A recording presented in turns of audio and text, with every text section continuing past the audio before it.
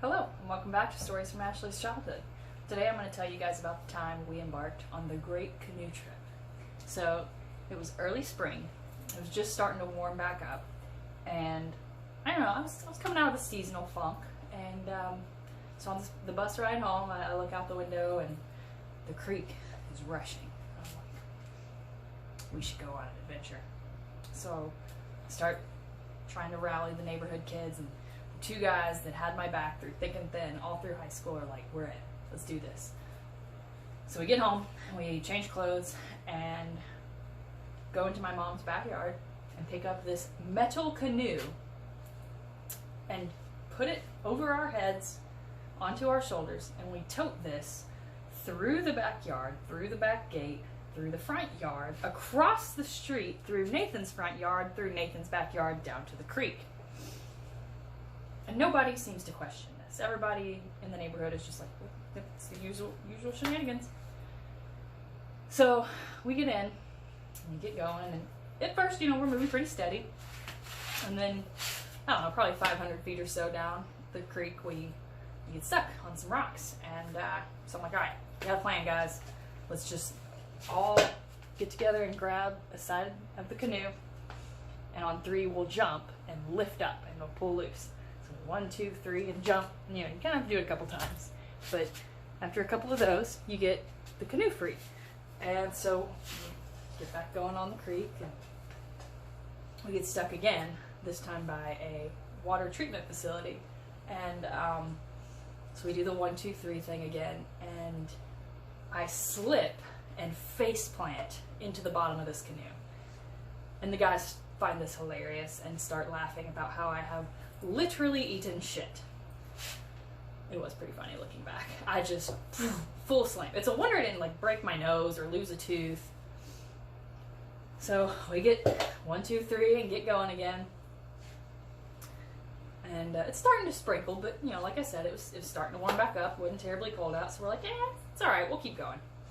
So our plan was, because we had looked at a map before embarking on this grand journey, to go down the creek, and then there was the interstate, and we could go under the overpass, and then the creek popped out next to a field in this neighborhood. So we would, get there, call the parents to come pick us up, and all would be great.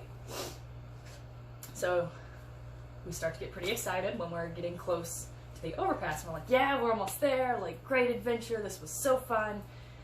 And we get to the overpass, and underneath of it are 2 huge metal doors.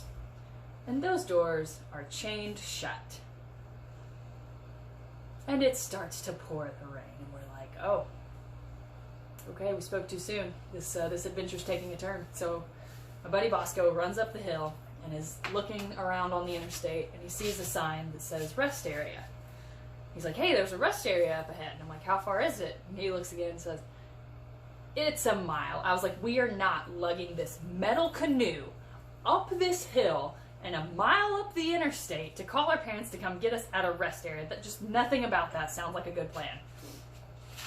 So we decided our best option is to just try and call for help. We'll just call our parents, see what the best idea is. None of us have cell service. Not a one of us. So we're like, all right. We really only have one option now. And that's to take the canoe back upstream to our house. So we weren't successful at trying to paddle upstream. That did not go well for us. We barely made it downstream paddling. So we decided our best option is to just suck it up. It's only a mile. We'll just take the canoe and push it back upstream. So we start going, and Bosco's in the front with the rope, and he's pulling it upstream, and Nathan and I are in the back, pushing the back of the canoe up the stream, and Bosco turns around as politely as possible, says, you guys really aren't helping. You're actually slowing it down. Just stop. I'll pull it. Just stop. Go walk on the trail or something. So Nathan and I go up to the trail, and we start walking back alongside the creek, and we're all shouting back and forth. We're still in pretty good spirits, though, looking back. I don't think any of us were, mad. I don't know, Bosco might have been a little mad. But he still talks to me, so it's probably fine. So, we're walking up this creek, and Bosco single-handedly pulls this metal canoe upstream of a flooding creek in the pouring rain in like March. For a whole mile. Pulls this thing up. So we finally get back. We carry the canoe up, put it back in the backyard, and my stepdad's upset because we're late to dinner. Like, we've been trying to go to dinner. Everybody's hungry. My family doesn't just get hungry. We all get hangry. So he's had to deal with 3 hangry monsters, and he's like, please just get in the car so we can go to dinner. So I get in the car, and we go to Outback Steakhouse, and I remember just sitting there, like shivering, convinced I was going to go into hypothermic shock. It was so cold in that restaurant. It didn't matter how much of the bloomin' onion I ate, it was still cold. So I survived dinner and then get home, and I'm texting the guys about it, and they're like, we both got grounded. And I was like, oh.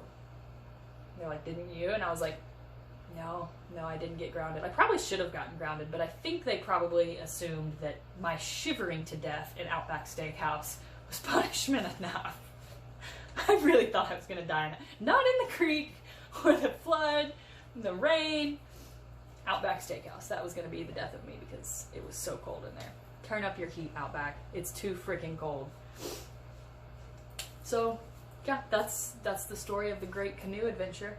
And if I had any tips to give you for this one, it would be check the forecast. You know, if it's been raining, maybe don't go on the trip because flash floods are dangerous. If it's going to rain, probably a good reason to not go on the trip. Notify your parents, if you still live at home, that you're going on an adventure before going on the adventure.